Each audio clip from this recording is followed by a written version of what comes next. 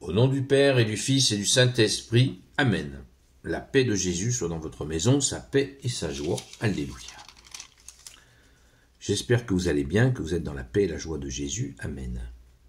Le gérant malhonnête. Nous lisons le Saint-Évangile selon Saint Luc, chapitre 16, versets 1 à 9. Jésus dit encore aux disciples, le gérant malhonnête. Jésus dit encore aux disciples, quelqu'un de riche avait un intendant et on vint lui rapporter que l'intendant dissipait ses biens. Il l'appela et lui dit, qu'est-ce que j'entends dire de toi? Donne-moi les comptes et ta gestion, car tu ne peux pas continuer à gérer mes biens. L'intendant se dit en lui-même, que vais-je faire? Si mon maître me retire la gestion, bêcher la terre, j'en ai pas la force. Mendier, j'en aurai honte, eh bien, je sais ce que je vais faire. Il y aura des gens pour m'accueillir chez eux quand j'aurai été renvoyé de mon poste. Il appelle donc un à un ceux qui doivent de l'argent à son maître, et il dit au premier, combien dois-tu à mon maître? Celui-ci répond, 100 barils d'huile. L'intendant lui dit, prends ton reçu, assieds-toi et écris 50. Il dit à un autre, et toi, combien dois-tu? Celui-là répond, 100 mesures de blé. L'intendant lui dit, prends ton reçu et écris 80. Le maître ne put qu'admirer cet intendant malhonnête, car il avait agi en homme sage. Oui, les fils de ce monde tirent plus de profit de leurs semblables que ne font les enfants de lumière. Et moi je vous dis, faites-vous des amis avec ce maudit argent, et quand il viendra à vous manquer, eux vous accueilleront dans les demeures éternelles. Qu'est-ce que ça veut dire? Qu'est-ce que ça veut dire?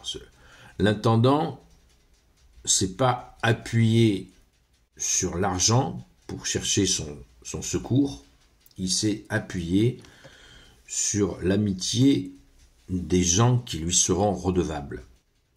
Redevables d'une malhonnêteté, nous allons dire. Oui, mais peu importe.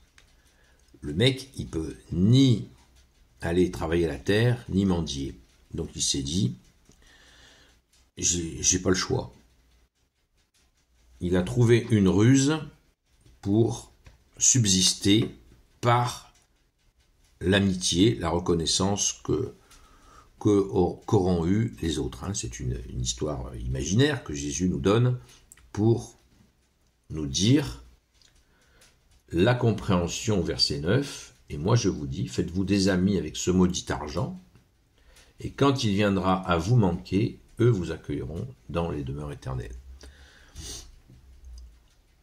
Cette parabole est une des plus compliquées à comprendre.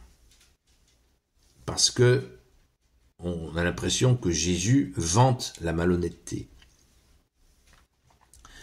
Mais le message, c'est que Jésus n'a pas, dans cet exemple, la malhonnêteté, c'est pas son sujet. Il ne faut pas s'arrêter là. C'est comme les ouvriers de la première heure et de la dernière heure.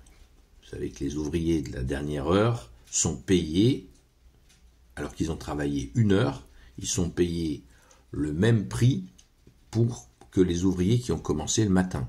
Il y en a qui ont travaillé 8 heures, ils sont payés le même prix que ceux qui ont travaillé 1 heure. C'est pas... Jésus ne nous fait pas un traité de droit syndical. C'est pas ni un cours sur les tarifs horaires. C'est pas ça. Ça voulait dire le tarif, la rétribution pour les ouvriers qui travaillent pour la gloire de Dieu est la même. C'est la même récompense, la vie éternelle. C'est pas une histoire de salaire, c'est pas une histoire d'argent. Et là, c'est pareil.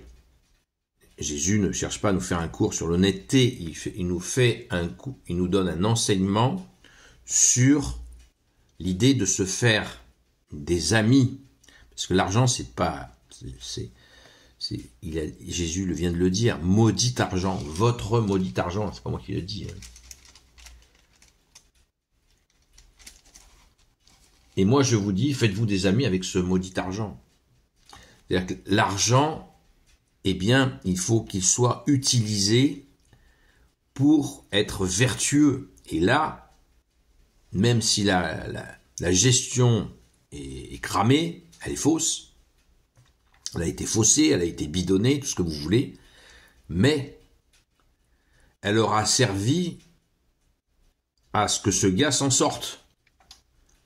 Grâce à l'amitié, à la reconnaissance des gens. Dans la malhonnêteté, tant pis. Tant pis, puisque toute cette histoire d'argent, de machin, de tu me dois tant, de trucs, de bidule, c'est pas clair, mais ça aura servi à quelque chose de positif dans tout ça. Pas évident. Pas évident à intégrer comme parabole.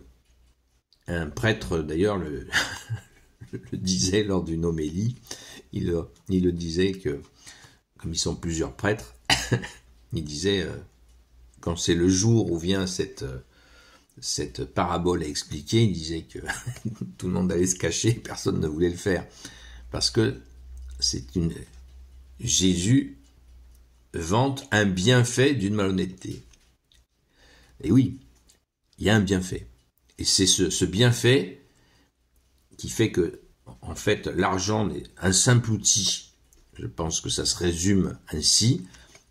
L'argent est un simple moyen, et même à un moment donné, si c'est pas clair, et si c'est vertueux, tant mieux. Voilà, et pas à se poser la question plus que ça.